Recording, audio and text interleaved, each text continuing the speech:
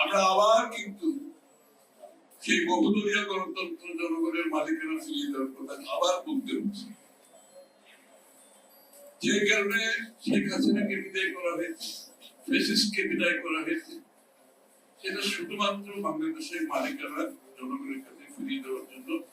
এই দেশের মালিক যারা, তারাই সিদ্ধান্ত নেবে এবং তার একমাত্র উপায় হচ্ছে বাংলাদেশের জনগণের মালিকের ভোটে নির্বাচিত প্রতিনিধিত্বশীল নির্বাচিত সংসদ এবং সরকারের মাধ্যমে এটা করতে হবে।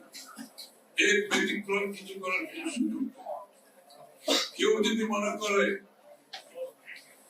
যেভাবে শেখ হাসিনা তার জনগণের মালিকানা কেড়ে নিয়েছিল, শেখ মুজিবুর রহমান বাকশালের নিয়েছিল, সেইভাবে তার বিরুদ্ধে কোন দেশের মানুষ সংগ্রাম করছে। সুতরাং আমরা আর নতুন করে সেই সংগ্রাম করার তো দরকার নেই। শেখ হাসিনাকে বিদায় করার পরে এটাই স্বাভাবিক ছিল যে আবার জনগণের মালিকানা ফিরে যাবে।